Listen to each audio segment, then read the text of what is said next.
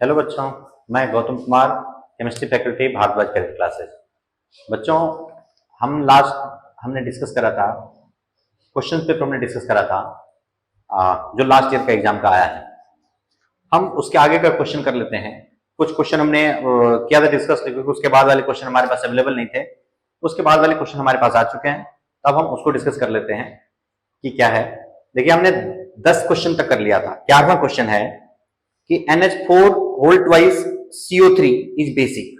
Statement और statement 1 और statement 2 वाला रीजनिंग क्वेश्चन है। NH4 whole twice CO3 is basic. क्या ये स्टेटमेंट करेक्ट है? NH4 whole twice CO3 is basic पहला स्टेटमेंट है। और दूसरा स्टेटमेंट है कि acidic nature of salt of weak acid and weak base is dependent on Ka of weak acid and Kb of weak base। सबसे पहली बात ये देखिए कि NH4 होल ट्वाइस CO3 बना है किस चीज से? तो ये दो चीज से बना है, NH4OH से और H2CO3 से।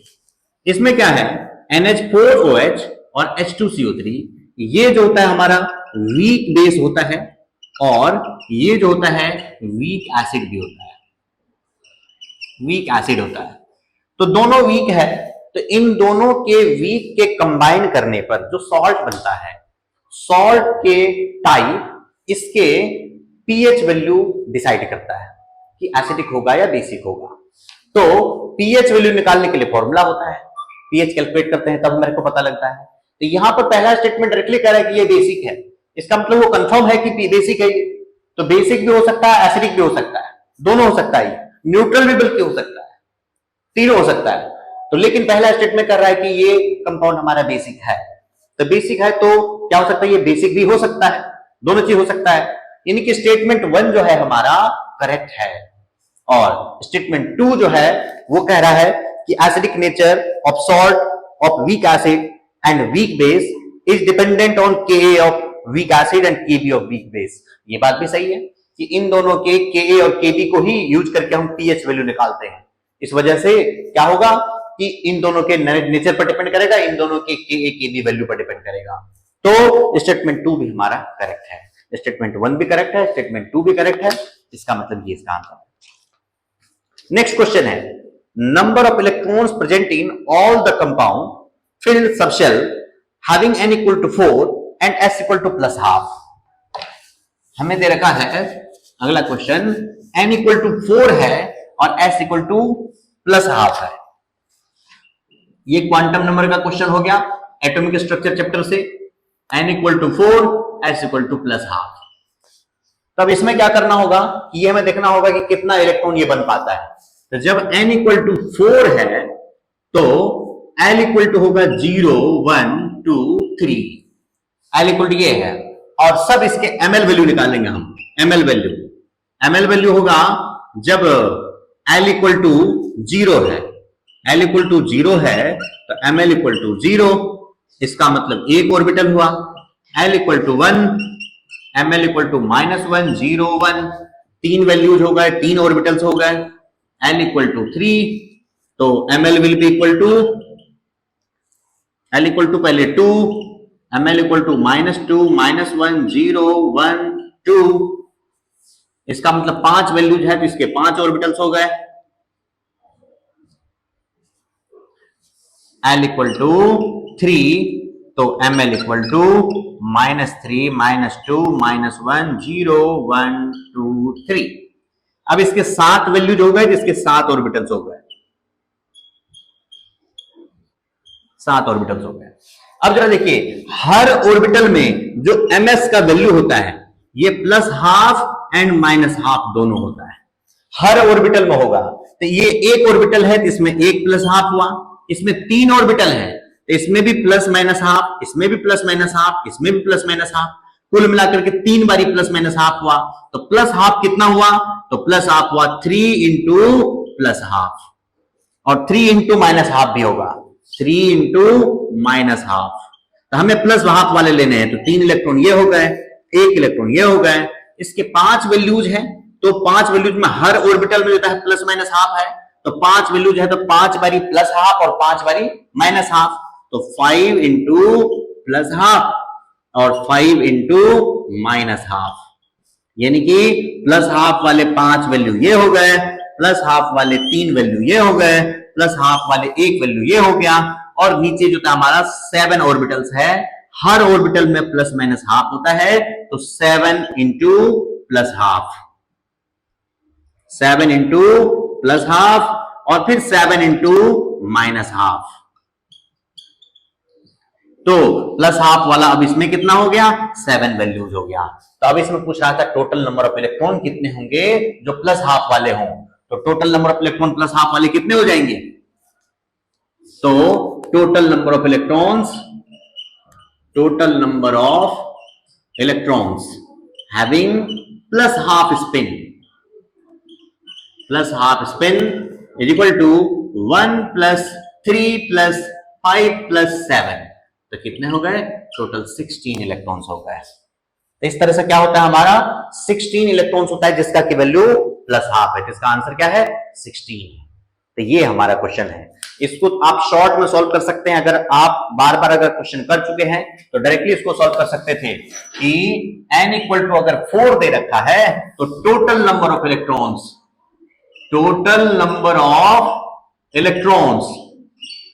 इज इक्वल टू होता है 2n स्क्वायर, इसका मतलब 2 इंटू n का वैल्यू 4 का square which is equal to 16 into 2 which is equal to 32 हो गए, 32 हो गए। अब इस 32 में प्लस हाफ और माइनस हाफ वाले इलेक्ट्रॉन है टोटल 32, तो equal number of plus half और equal number of minus half, तो प्लस हाफ वाले कितने इलेक्ट्रॉन होने चाहिए, यानी कि दोनों मिलाकर के 32 है तो प्लस हाफ वाला 16, तो डायरेक्टली भी हम पता कर सकते हैं कि 16 इलेक्ट्रॉन है।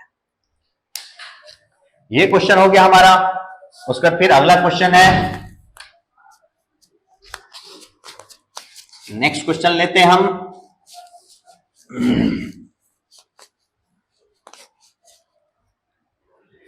नेक्स्ट क्वेश्चन है कंसीडर द फॉलोइंग डाटा। ये क्वेश्चन है, देखिए जरा क्वेश्चन में लिखता हूं, consider following data HI 2HI gives H2 plus I2, HI है, ये भी गैस है, ये गैस हो गया। इसमें HI का कंसंट्रेशन दे रखा है, HI का कंसंट्रेशन मोल पर लीटर में, और इधर दे रखा है एक्सपेरिमेंट 1, एक्सपेरिमेंट 2, एक्सपेरिमेंट 3। अब एक्सपेरिमेंट 1 में HI का कंसंट्रेशन 0.005, 0.01, 0.02 और रेट दे रखा है इसका 7.5 इंटू 10⁻⁻⁴, 3 इंटू 10⁻⁻3, 1.2 इंटू 10⁻⁻2। ये करने के बाद इसमें कह रहा है कि find order of reaction, find order of reaction. तो इसमें जरा देखिए, as we know that rate is equal to k into HI हमारा रिएक्टेंट है, HI का concentration raise to power x, यही x हमारा ऑर्डर होता है और ये एक एक्सपेरिमेंटल वैल्यू होता है। तो इसको सॉल्व करके हमें x का वैल्यू लाना है। तो हमें क्या करना होगा, हम क्या करते हैं कि दो इक्वेशन को डिवाइड कर देते हैं और डिवाइड करने के बाद जो था हम x का वैल्यू सॉल्व करके निकाल सकते हैं। तो अब दो इक्वेशन कैसे बनाएं, आप जरा देखिए, दो इक्वेशन हम लिखना हमारे को। अगर एक्सपेरिमेंट 1 से लिखते हैं तो रेट दे रखा इसका 7.5 इंटू 10⁻⁻⁴, इस वाले फॉर्मूले पर हम बिठा रहे हैं। ये वाला हमने पहला एक्सपेरिमेंट लिया, 7.5 into 10⁻⁴ will be equal to k into HI का कंसंट्रेशन 0.005 की पावर x। फिर दूसरा एक्सपेरिमेंट लेते हैं, इसका रेट है 3 into 10⁻³ is equal to k into 0.01 की पावर x। और तीसरा एक्सपेरिमेंट अगर लेते हैं तो तीसरा एक्सपेरिमेंट है 1.2 into 10⁻² is equal to k into 0.02 की पावर x। ये 3 इक्वेशन बन गए। अब इन 3 इक्वेशन में 2 इक्वेशन को हम डिवाइड करके हम x का वैल्यू ला सकते हैं, किसी भी 2 इक्वेशन को डिवाइड करके। तो जरा देखिए, हम इसको मिटा के इसको करते हैं डिवाइड। अब अगर हम कर लें क्या, जो आसानी से सॉल्व हो, कोई सा भी कर सकते हैं। 7 इक्वेशन 2 डिवाइडेड बाय इक्वेशन 1। अगर 1 और 2 को डिवाइड कर लें तो 2 हमारा हो गया 3 into 10⁻³ upon 7.5 into 10⁻⁻4 will be equal to k into 0.01 की power x upon k into 0.005 की पावर x। ये k से k कैंसिल और ये 10⁻⁻4 के ऊपर ले गए हम, तो 3 into 10⁻³ plus 4 upon 7.5 is equal to, अब हमारा a डायरेक्टली डिवीजन में है यहां पर, तो 0.01 अपॉन 0.005 होल की पावर x लिख सकते हैं हम।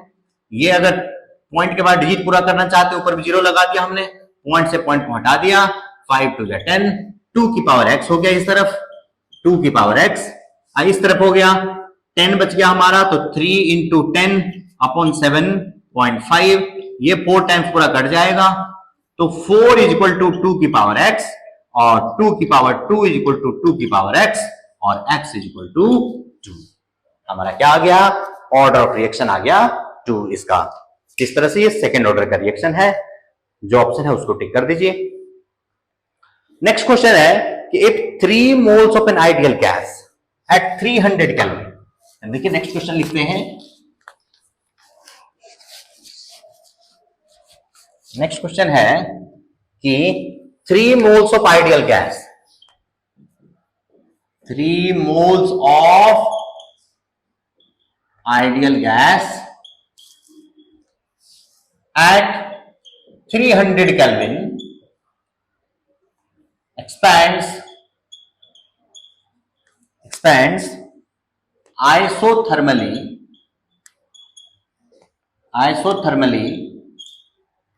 from 30 decimeter cube to 45 decimeter cube against constant pressure of 80 kilopascal, then amount of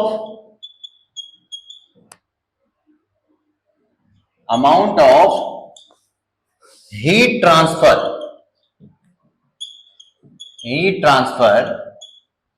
in joule is equal to what? ये क्वेश्चन है। अब देखिए, आप भी इस क्वेश्चन को पढ़िए और इस क्वेश्चन को करने की कोशिश करिए। मैं भी इसको करता हूं। सबसे पहली बात कि ये कह रहा है कि आइसोथर्मली एक्सपैंड कर रहा है। जो प्रोसेस आइसोथर्मली होता है, आइसोथर्मल प्रोसेस में डेल्टा टी का वैल्यू 0 होता है और आपको पता होगा कि डेल्टा ई या delta U change in internal energy temperature dependent होता है। जब डेल्टा टी हमारा 0 है, मतलब चेंज इन टेम्परेचर है ही नहीं, तो इसका मतलब डेल्टा ई भी 0 है। जिस डेल्टा ई को हम लोग डेल्टा यू भी कहते हैं, विच इज इक्वल टू 0। तो डेल्टा यू भी 0 है। हमें पता करना है इसमें क्यों। तो हमें फर्स्ट लॉ ऑफ थर्मोडायनेमिक्स से क्या पता है, as we know that delta E equal to Q plus W होता है, और हमें मालूम है कि डेल्टा ई यहां पर क्या है, 0 है। तो हम लिख सकते हैं 0 is equal to 0 is equal to Q plus W, तो Q will be equal to minus W। मतलब हुआ इस प्रोसेस में अगर वर्क डन हम कैलकुलेट कर लें और वर्क डन का हम नेगेटिव कर दें तो वो हमारा Q हो जाएगा। यानी कि Q कैलकुलेट करने के लिए भी हम वर्क डन का ही फॉर्मूला अप्लाई करेंगे, लेकिन वर्क डन कैलकुलेट करके और हम उसका नेगेटिव कर देंगे तो हमारा हीट के बराबर हो जाएगा। तो इस तरीके से क्या कर सकते हैं हम लोग, हीट कैलकुलेट कर सकते हैं। और वर्क डन का क्या फॉर्मूला होता है, वर्क डन का फॉर्मूला क्या होता है, W equal to, since this process is, इसमें बता नहीं रखा है रिवर्सिबल प्रोसेस है इसलिए हम इसको इरिवर्सिबल ही मानेंगे। और इरिवर्सिबल प्रोसेस में W इक्वल टू फॉर्मूला होता है minus P external into delta we. ये फॉर्मूला हम अप्लाई करते हैं तो minus P external into delta we, तो एक्सटर्नल प्रेशर में कितना दे रखा है 80 किलो पास्कल, और वॉल्यूम चेंज कहां से कहां हो रहा है 30 decimetre cube two 45 decimetre cube. तो इस जगह पर डेल्टा वी का वैल्यू हो जाएगा final minus initial volume 45 minus 30 which is equal to 50, और external pressure equal to P external equal to 80 kilopascal. इसको अगर हम चाहते हैं एटमॉस्फेयर में कन्वर्ट करने के लिए तो क्या हो जाएगा 80 इंटू 10 की पावर 3, ये पास्कल हो गया, और एटमॉस्फेयर में कन्वर्ट करना चाहते हैं तो divided by 10 raise to power 5 अगर करते हैं तो ये पास्कल वो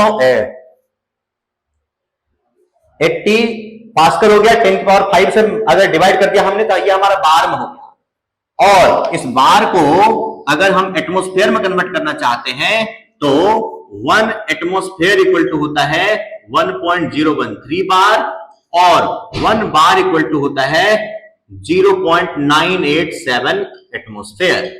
तो ये वैल्यू हमारा बार में आ चुका है। एटमॉस्फेयर में कन्वर्ट करने के लिए फिर से इसको 0.987 से हम डिवाइड कर देंगे।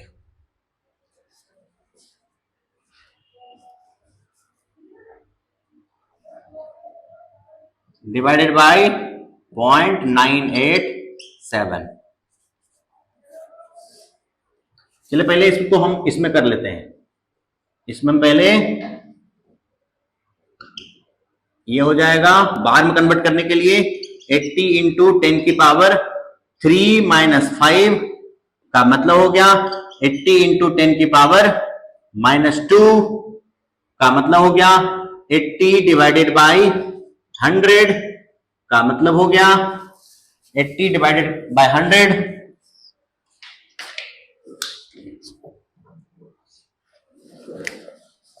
80 डिवाइडेड बाय 100 तो ये हो गया 0.8 बार, और 8 बार इक्वल टू 0.987 एटमॉस्फेयर, तो 0.8 बार इक्वल टू, इसको एटमॉस्फेयर में करने के लिए मल्टीप्लाई, तो इन एटमॉस्फेयर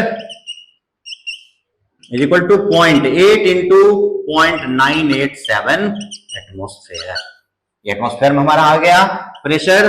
अब हम W का फॉर्मूला लगा लेंगे, W equal to 0.8 into 0.987 into 15, और ये होल जो है नेगेटिव का है माइनस, ये आ जाएगा आंसर इसका लीटर एटमॉस्फेयर, और 1 लीटर एटमॉस्फेयर इक्वल टू होता है 101.3 जूल। तो इसको फिर हम जूल में कन्वर्ट करने के लिए work in joule will be equal to minus 0.8 into 0.987 into 15 into 101.3, ये जूल में आ गया हमारा, ये आंसर हमारा जूल में आ गया। इस तरह से हमने क्या कैलकुलेट किया है, वर्क कैलकुलेट किया है, और हमारे को क्या चाहिए, हीट कैलकुलेट करना है। तो negative of work is equal to heat. तब इसका मतलब क्या होगा कि ये जो आंसर आएगा उसमें फिर से नेगेटिव लगाना पड़ेगा, तो इसका मतलब ये नेगेटिव हट जाएगा और वही हमारा क्या हो जाएगा, पॉजिटिव में वैल्यू हो जाएगा। तो Q will be equal to 0.8 into 0.987 into 15 into 101.3, ये हमारा हो गया जी हीट। इतना जूल का हीट ट्रांसफर हुआ। तो ये क्वेश्चन हमारा थर्मोडायनेमिक्स से था और ठीक ठाक क्वेश्चन था क्योंकि कैलकुलेशन इसमें थोड़ा ज्यादा है यूनिट कन्वर्जन में। नेक्स्ट क्वेश्चन है कि mass of silver displaces by a quantity of electricity which displace 5600 ml of O2 at STP। जरा देखिए, पहले ये क्वेश्चन लिखता हूं मैं।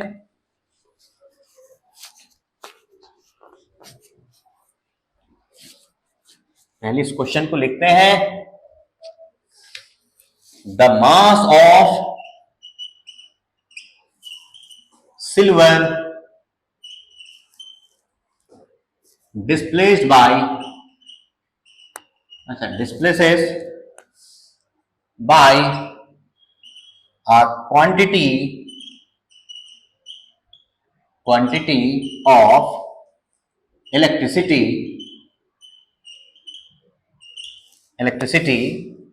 which displaces 5600 ml of O2 at STP will be, ये क्वेश्चन हमारे पास। अब इस क्वेश्चन में जरा देखिए, ये क्वेश्चन कौन से इलेक्ट्रोकेमिस्ट्री चैप्टर से क्वेश्चन हो गया ये, और फैराडे लॉ ऑफ इलेक्ट्रोलिसिस से ये क्वेश्चन हो गया हमारा। सबसे पहली बात ये कह रहा है कि ऑक्सीजन कंटेनिंग कोई सब्सटेंस है, उससे होकर के अगर हमने करंट पास किया तो ऑक्सीजन लिबरेट हुआ 5600 ml, और वही करंट कहता है कि सिल्वर वाले सॉल्ट से होकर के पास किए जाए तो कितना सिल्वर डिपॉजिट होगा ये बताएं। तो सबसे पहली बात कि ऑक्सीजन के अमाउंट से करंट पता करना होगा हमें, और उस करंट को पास करना होगा सिल्वर वाले सॉल्ट में। तो ऑक्सीजन के करंट से क्या हुआ कि लेट O पे 2 माइनस होता है हमारा, O पे 2 माइनस अगर इलेक्ट्रॉन रिलीज करता है हाफ O2 प्लस 2 इलेक्ट्रॉन देता है। ऑक्सीजन यहां पे 16 ग्राम है और ये भी 16 ग्राम ही हुआ, और इससे क्या हुआ हमारा 2 मोल्स ऑफ इलेक्ट्रॉन पास हुआ, 2 मोल्स ऑफ इलेक्ट्रॉन, यानी कि 2 मोल्स ऑफ इलेक्ट्रॉन का मतलब होता है 2f चार्ज, 2f चार्ज हुआ। तो 2f चार्ज अगर पास होता है ऑक्सीजन वाले सॉल्ट से होकर के या ऑक्सीजन वाले किसी सब्सटेंस से होकर के, तो 16 ग्राम ऑक्सीजन मिलता है। अब 16 ग्राम ऑक्सीजन मिलता है तो 16 ग्राम ऑक्सीजन का मोल पता कर लेते हैं और उस 5600 ml का मोल पता कर लेते हैं, फिर दोनों को कंपेयर कर लेते हैं। तो 16 ग्राम का मतलब क्या हुआ, इसका मोल हो जाएगा 16 डिवाइडेड बाय 32 का मतलब हुआ 0.5 मोल, 0.5 मोल, और 0.5 मोल O2 के लिए 2f चार्ज का जरूरत हुआ। तो ये जो 5600 ml वॉल्यूम दे रखा है, तो उस वॉल्यूम का मोल निकालते हैं अगर, volume of O2 liberated is equal to 5600 ml upon 22,400, ये हो गया 4, यानी 1/4 मोल्स हो गया ये, और 1/4 मोल ऑक्सीजन का मतलब कितना ग्राम, 1/4 इंटू 32 का मतलब हो गया 8 ग्राम, 8 ग्राम ऑक्सीजन लिबरेट हुआ है। तो जरा ये देखिए, 16 ग्राम ऑक्सीजन को लिबरेट होने के लिए 2f चार्ज पास हुआ, तो 8 ग्राम ऑक्सीजन को लिबरेट होने के लिए कितना चार्ज पास करना होगा, इसकी जरूरत हमें यहां नहीं है। डायरेक्टली हम कर लेते हैं कि 16 gram oxygen require 2f charge, तो 1 gram of oxygen will require 2f by 16, और 8 gram of oxygen will require 2f by 16 into 8, 8 2 जा 16, 2 2 cancel, which is equal to 1f. 1F charge का जरूरत हुआ। अब 1F चार्ज पास किया गया है ऑक्सीजन वाले सॉल्ट से होकर के, वही चार्ज सिल्वर वाले सॉल्ट से होकर के पास किया जाएगा और फिर पूछा जाएगा कि कितना सिल्वर डिपॉजिट हुआ। तब सिल्वर डिपॉजिट के लिए हम निकालेंगे, सिल्वर वाले सॉल्ट से पास करेंगे हम करंट। सिल्वर वाले सॉल्ट से अगर करंट पास करते हैं तो सिल्वर वाले सॉल्ट Ag प्लस के फॉर्म में मिलता है। Ag plus plus electron gives Ag, Ag plus plus electron gives Ag। अब ये कितना होता है? 108 ग्राम होता है Ag, तो 108 ग्राम ही हमें मिलेगा ही। अच्छा, और ये जो करंट पास हो रहा है कितना? 1F चार्ज ही पास हो रहा है। एक मोल ऑफ इलेक्ट्रॉन का मतलब 1F चार्ज, तो 1F चार्ज से कितना मिल रहा है? 108 ग्राम। कुछ भी कैलकुलेशन करने की जरूरत नहीं है, 1F ही हमें पास करना था, डायरेक्टली हमें मालूम भी ये चीज 1F चार्ज। तो 1F चार्ज से 1F charge produce 108 gram of silver. या इसको आप फॉर्मूला से भी कर सकते हैं, W इक्वल टू ZIT वाले फॉर्मूले से। IT का वैल्यू है यहां पर 1 इंटू ये कुलम 1 इंटू 96500, तो इस वाले फॉर्मूले से भी आप सॉल्व करके निकाल सकते हैं, डायरेक्टली भी निकल सकता है। तो ये था हमारा नेक्स्ट क्वेश्चन, 15 क्वेश्चन। चलिए बच्चों, अब इसके आगे का क्वेश्चन नेक्स्ट वीडियो में करते हैं हम। थैंक यू बच्चों। हमने अभी पिछले क्वेश्चन करा था, हमने 15 नंबर क्वेश्चन, जिसमें सिल्वर का मान डिफाइन करना था। तो उसके बाद वाला देखिए, नेक्स्ट क्वेश्चन है which of the following have +4 oxidation state. तो जरा देखिए, +4 ऑक्सीडेशन स्टेट किसका है? कंपाउंड दे रखा है, दो कंपाउंड हमारे पास है, और भी कंपाउंड हो सकते हैं क्वेश्चन में। H2H2O7 है और दूसरा है H2SO3।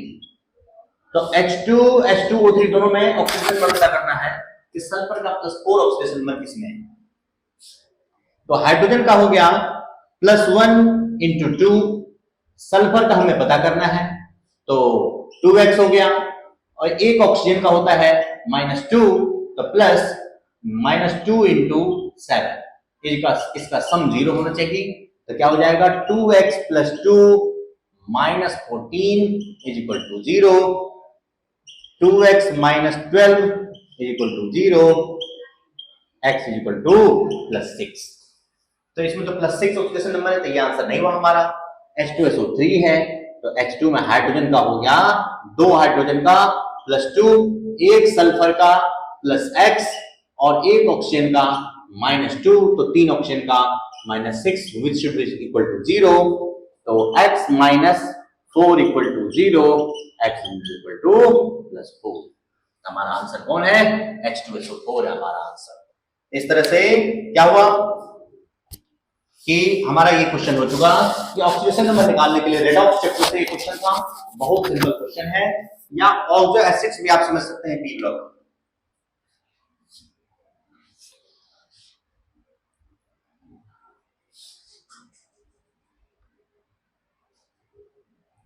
उसके बाद फिर अगला क्वेश्चन है which halogen does not shows variable oxidation state। which halogen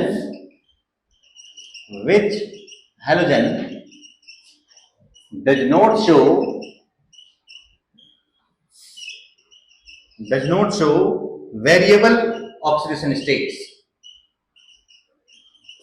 variable oxidation states, तो हैलोजन में हमारा दे रखा है 4 ऑप्शन, F2, B हो गया Cl2, C हो गया Br2 और D हो गया I2।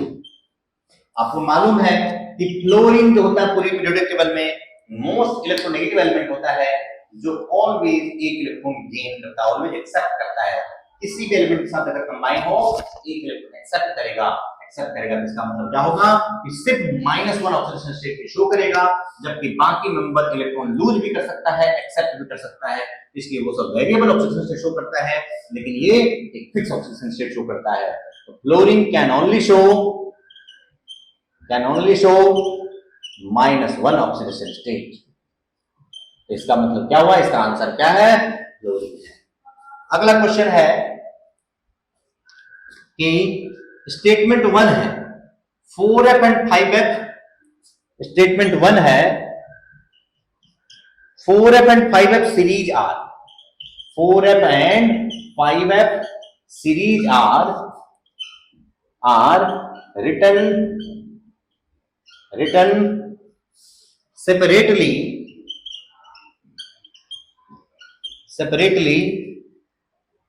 in periodic table to preserve principle of classification.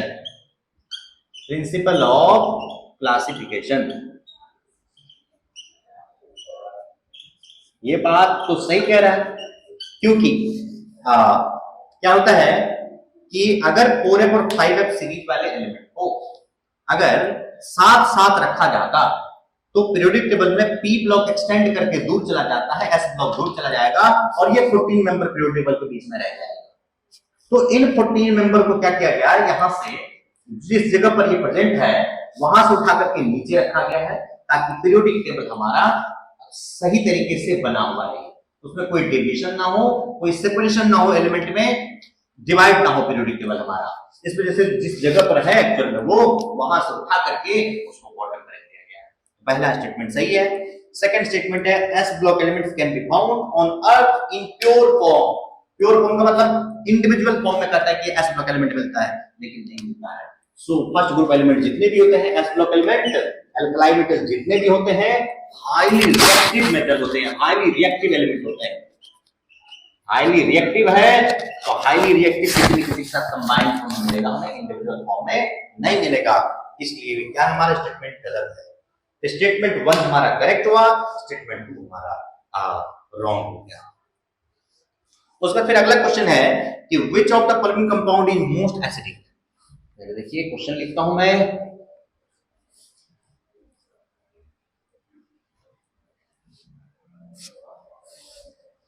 which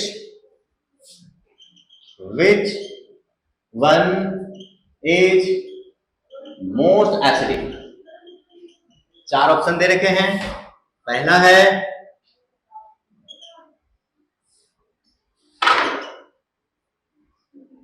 double bond O H और यहां double bond O। Option B है this double bond O। Option C है double bond O double bond O और option D है double bond O double bond O। आपको मालूम होगा कि ये C double bond O group जो होता है इलेक्ट्रॉन विथड्रॉइंग ग्रुप होता है। ये इलेक्ट्रॉन विथड्रॉइंग होता है। ये सब क्या करता है, माइनस आई इफेक्ट करता है और माइनस आई इफेक्ट करके अपने साथ वाले कार्बन को एसिडिक बना देता है, अपने साथ वाले कार्बन के हाइड्रोजन को H+ बना देता है और उसके H+ वहां से रिलीज हो सकते हैं। इस केस में क्या होगा कि जरा देखिए, इस केस में ये इलेक्ट्रॉन विथड्रॉइंग ग्रुप का इन्फ्लुएंस इस वाले कार्बन पे है, इस वाले कार्बन पे है, इसका इन्फ्लुएंस इस वाले कार्बन पे है।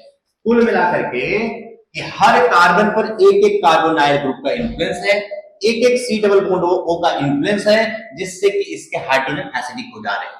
इस वाले में इस वाले कार्बन पे है, इस वाले कार्बन पे है, इसका इन्फ्लुएंस इस पे है, इसका इन्फ्लुएंस इस पे है, इन दोनों के कार्बन को एसिडिक बना रहा है। इस वाले में इसका ये है और इसके वजह से फिर ये है, फिर इस कार्बोनाइल की वजह से फिर से दोबारा ये है और ये कार्बन। इस वाले केस में इसका इन्फ्लुएंस इस वाले कार्बन पे है, यहां पर कोई एसिडिक हाइड्रोजन है ही नहीं, इसका इन्फ्लुएंस इस वाले कार्बन पे है। इन चारों स्ट्रक्चर में जब जरा देखते हैं अगर, तो इस वाले स्ट्रक्चर में ये वाले कार्बन पर दोनों कार्बोनाइल ग्रुप, दोनों इलेक्ट्रॉन विथड्रॉइंग ग्रुप का इन्फ्लुएंस है, तो इस वाले कार्बन के हाइड्रोजन सबसे ज्यादा एसिडिक हो गया। इसका मतलब क्या हुआ कि मोस्ट एसिडिक हमारा कंपाउंड जो है हमारा सी। ये क्वेश्चन हो गया। अगला क्वेश्चन है कि which of the following is the strongest base। जरा देखिए अगला हम करते हैं कौन सा स्ट्रॉन्गेस्ट बेस है। Which one is strongest base?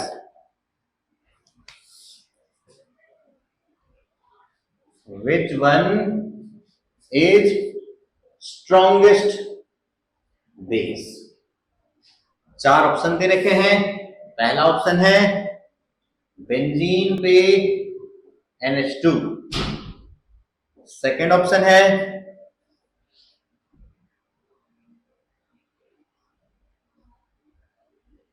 Nitrogen हो गया, इधर डबल बॉन्ड, इधर डबल बॉन्ड। थर्ड ऑप्शन हो गया 5 मेंबर का ही है, ये भी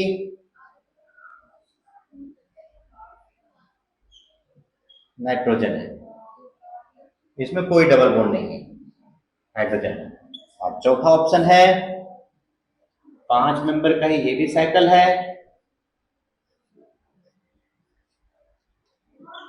इसमें यहां डबल बॉन्ड है।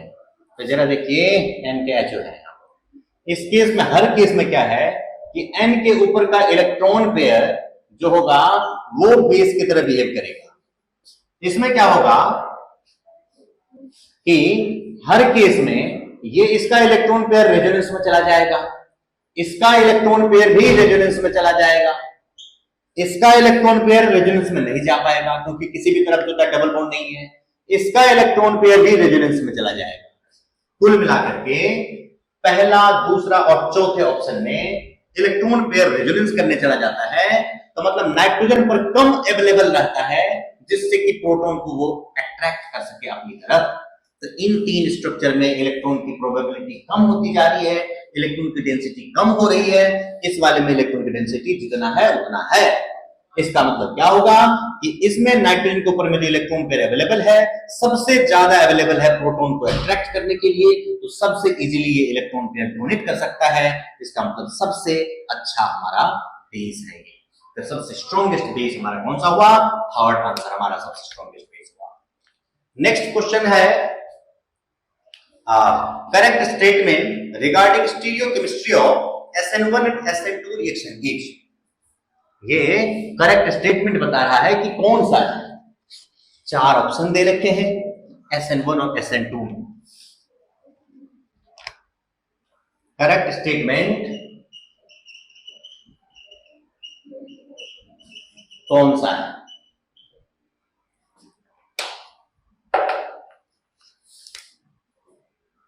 पहला आंसर है SN1 में रेसमाइजेशन होता है,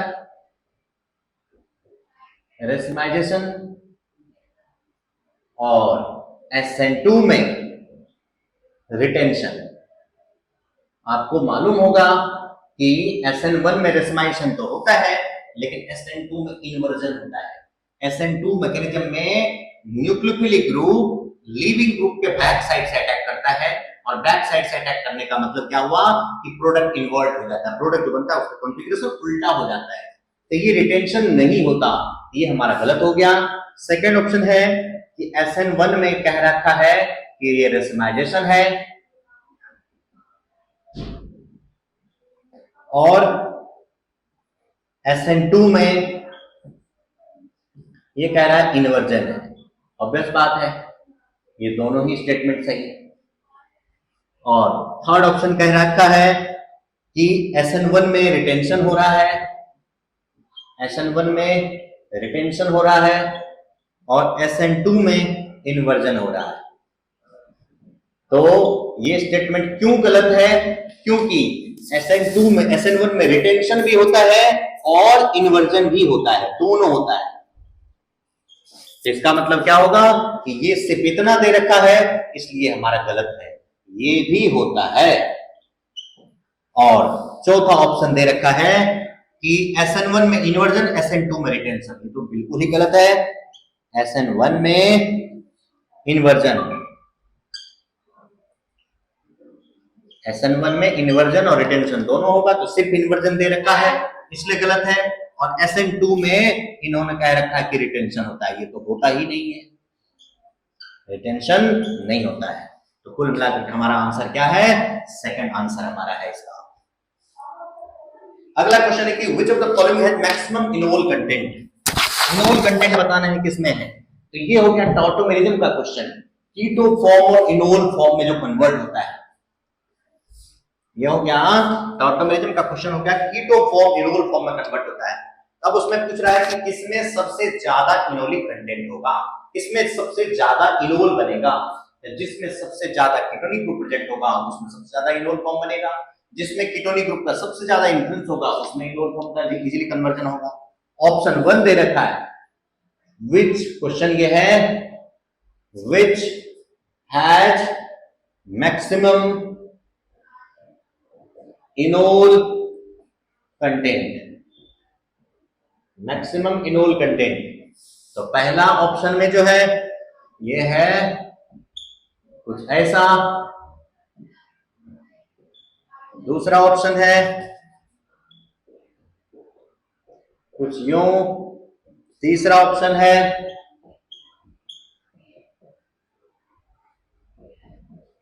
और चौथा ऑप्शन है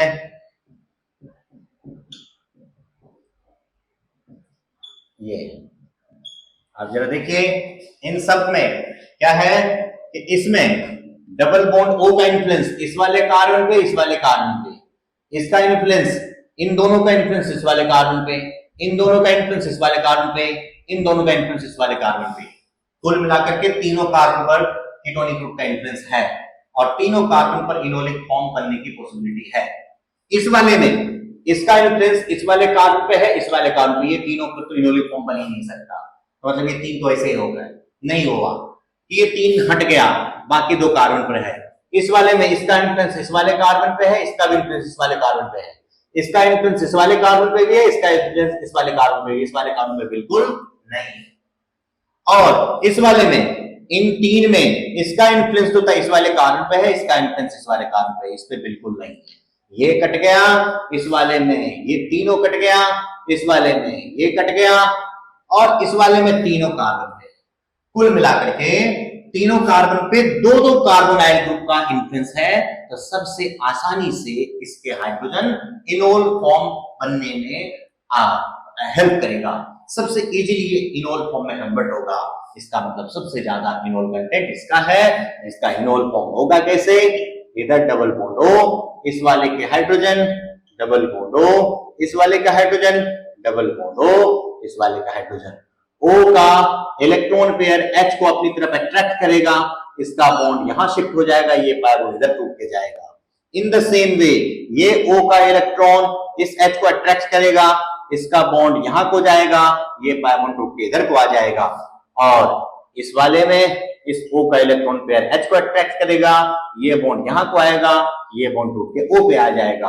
कुल मिलाकर के जो स्ट्रक्चर बनेगा वो स्ट्रक्चर ये होगा OH डबल बॉन्ड,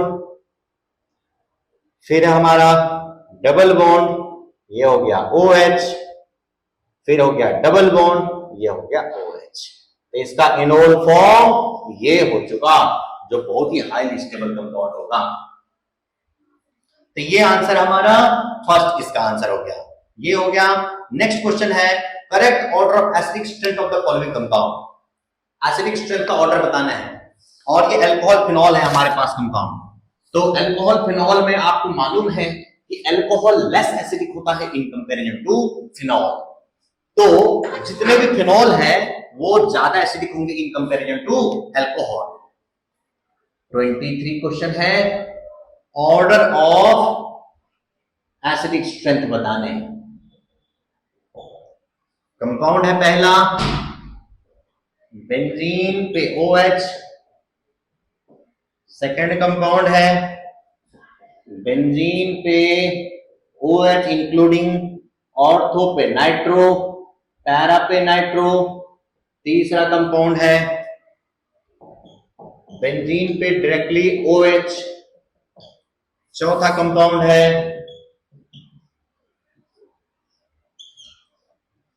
अल्कोहल। पांचवा कंपाउंड है बेंजीन पे OH और नीचे OCH3। ये हमारे पास। अब इनमें जो ऑप्शन है, ऑप्शन दे रखा है, ऑप्शन 1 है 2 1 3 5 4। सेकंड है 2 1 5 3 4।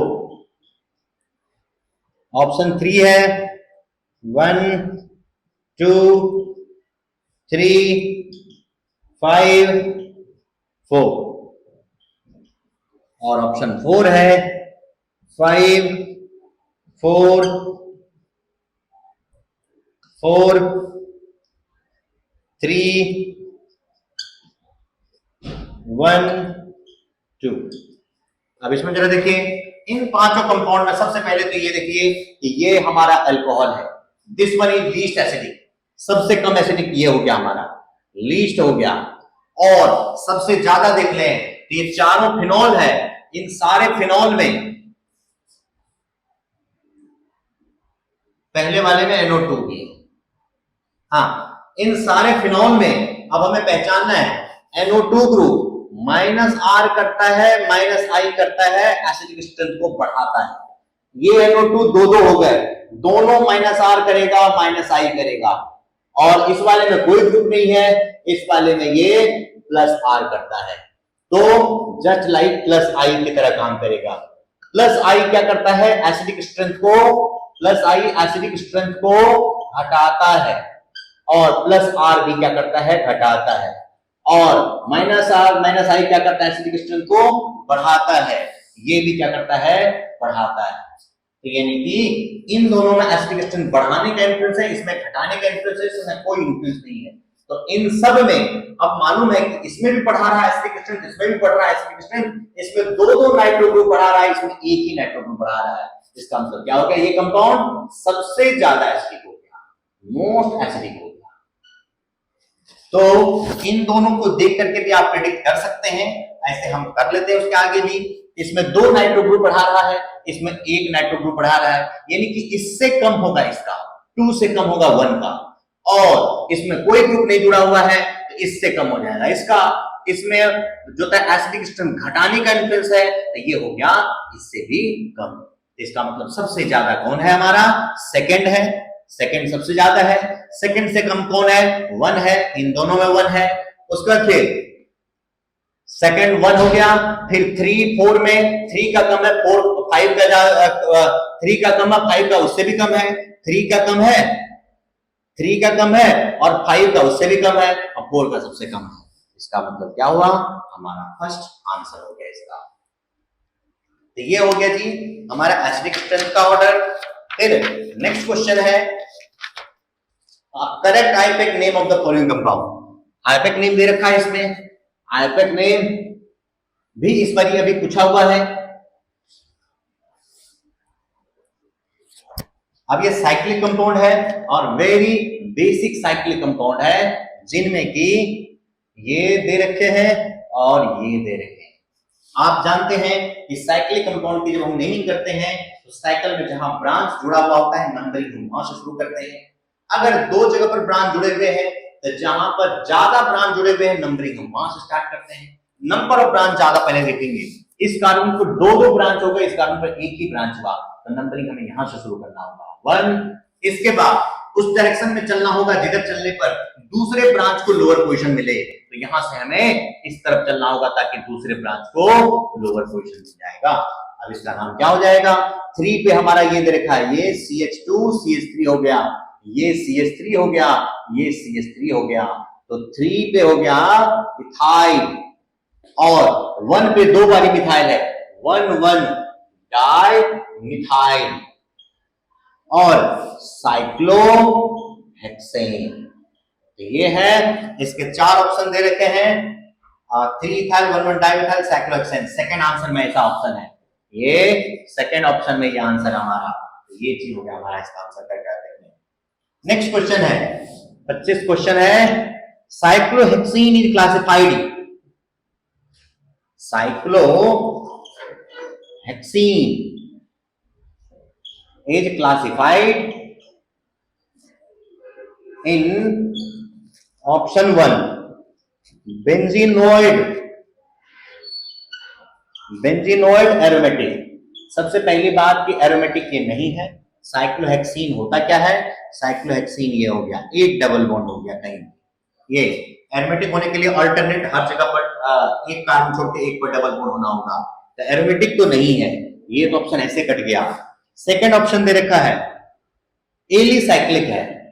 हाँ, ये एलिसाइक्लिक ही है, क्योंकि जितने भी साइक्लिक कंपाउंड है अगर वो एरोमेटिक नहीं है तो वो एलिसाइक्लिक ही होता है। उसका फिर थर्ड ऑप्शन है बेंजीनोइड नॉन एरोमेटिक कंपाउंड। फिर तीसरा ऑप्शन में भी नहीं होगा ये, क्योंकि ये बेंजीन तो है ही नहीं।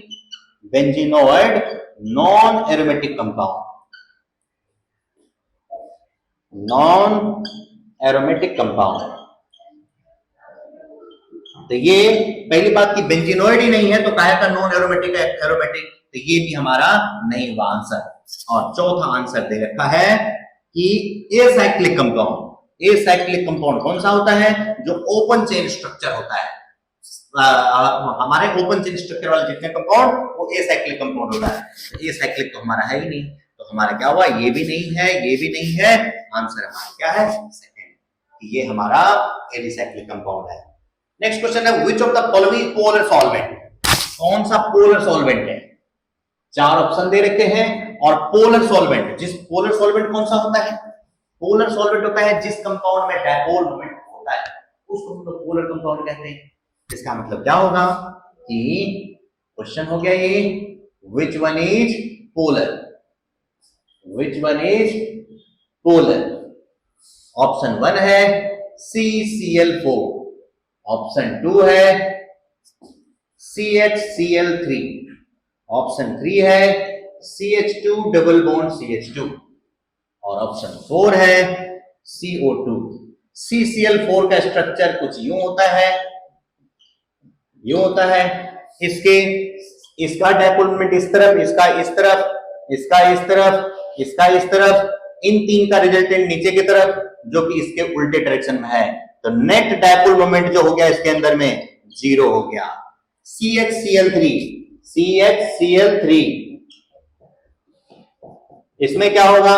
CH का डायपोल मोमेंट C की तरफ, CH का डायपोल मोमेंट C की तरफ, CH का डायपोल मोमेंट C की तरफ, CCl का डायपोल मोमेंट ऊपर की तरफ, और इन तीन का रिजल्टेंट भी ऊपर की तरफ।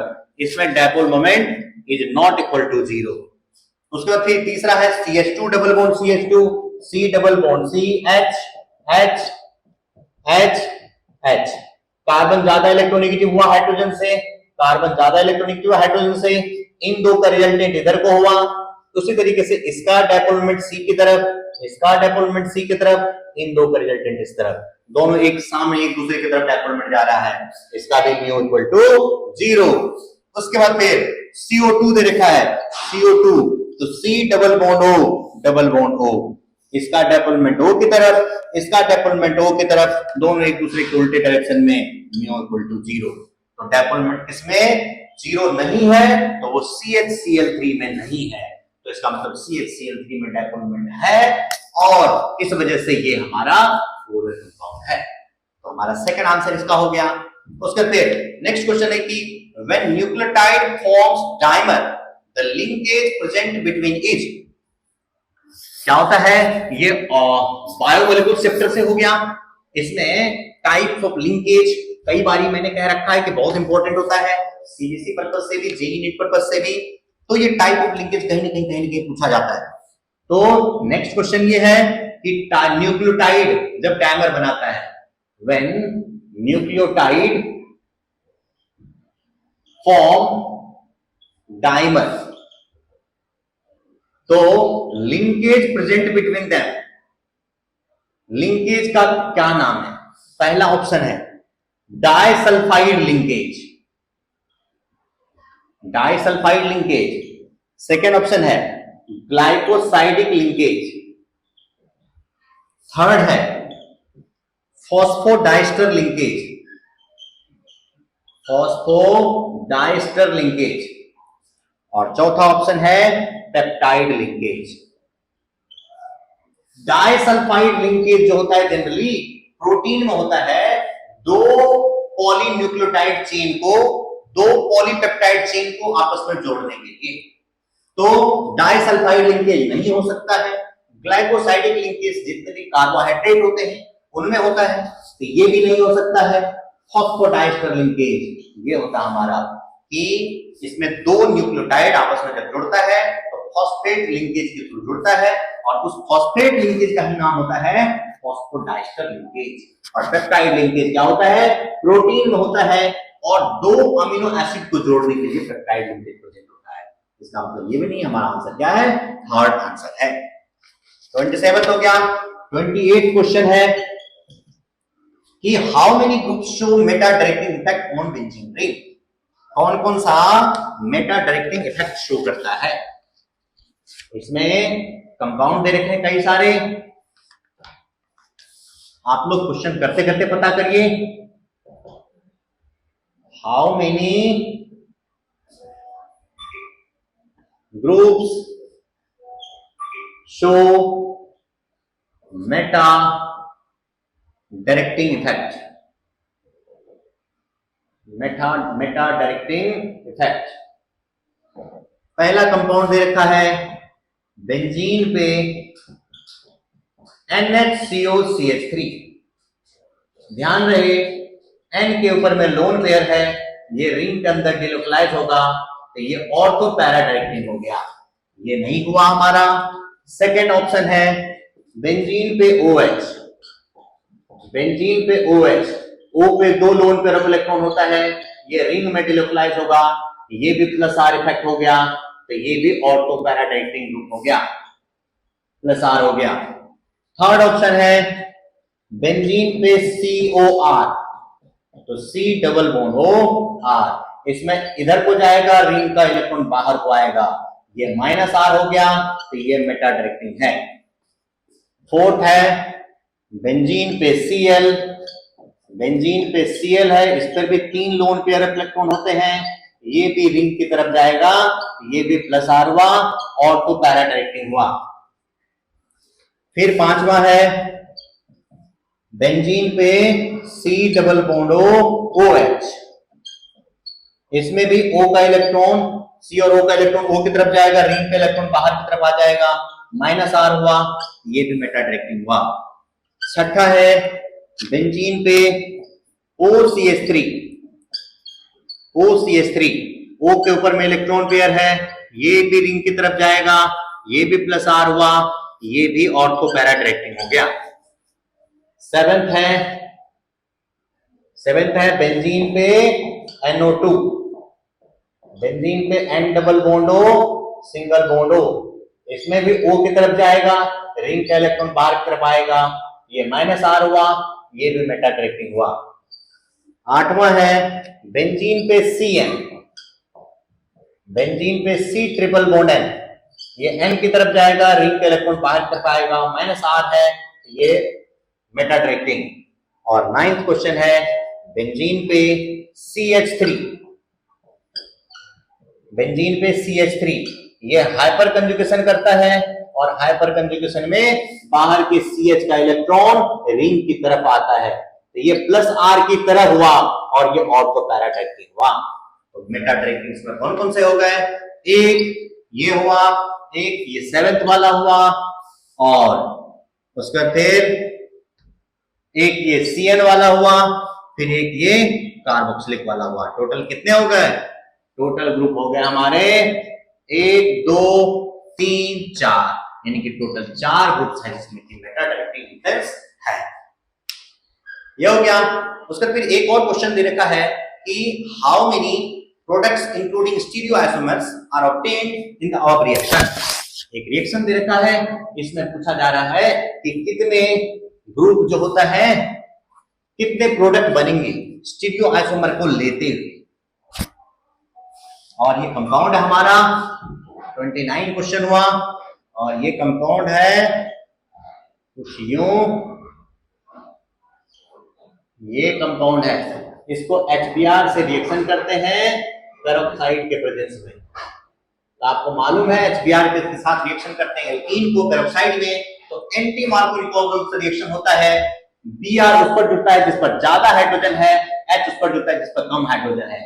H चला जाएगा इस वाले पे, Br चला जाएगा इस वाले पे, और ये जो कंपाउंड बनता है हमारा कुछ यूं बनता है, और इस वाले पे Br आ गया, इधर CH3 है। अब इस वाले कंपाउंड में ये कार्बन कायरल कार्बन है और ये कार्बन भी कायरल कार्बन है। दो कार्बन कायरल कार्बन है, दो कार्बन एसिमेट्रिक कार्बन है, दो कार्बन एसिमेट्रिक कार्बन है। तो number of optical isomers, number of optical isomers equal to formula होता है 2 की power n, n equal to number of chiral carbon, number of chiral carbon. तो ये हो गया 2 की power 2 which is equal to 4, यानी कि टोटल आइसोमर्स जो बन रहे हैं हमारे इसके 4 बन रहे हैं और ये हमारा स्टीरियो आइसोमर्स ही बन रहा है। तो टोटल नंबर ऑफ आइसोमर्स इसके क्या बन गए, 4 बन गए। इस तरह से क्या कर सकते हैं हम लोग जो है इस पेपर को हमने सॉल्व किया। एक्चुअल में ये पेपर जो है लास्ट ईयर का नहीं, ये जो इसी ईयर में जो एग्जाम हुआ है 2024 में जनवरी शिफ्ट का ये पेपर है, सेकंड शिफ्ट का, 27th डेट का सेकंड शिफ्ट का ये पेपर है। हम अगले पेपर को भी डिस्कस करेंगे, लेकिन नेक्स्ट वीडियो में डिस्कस करेंगे। तब तक के लिए बच्चों थैंक यू।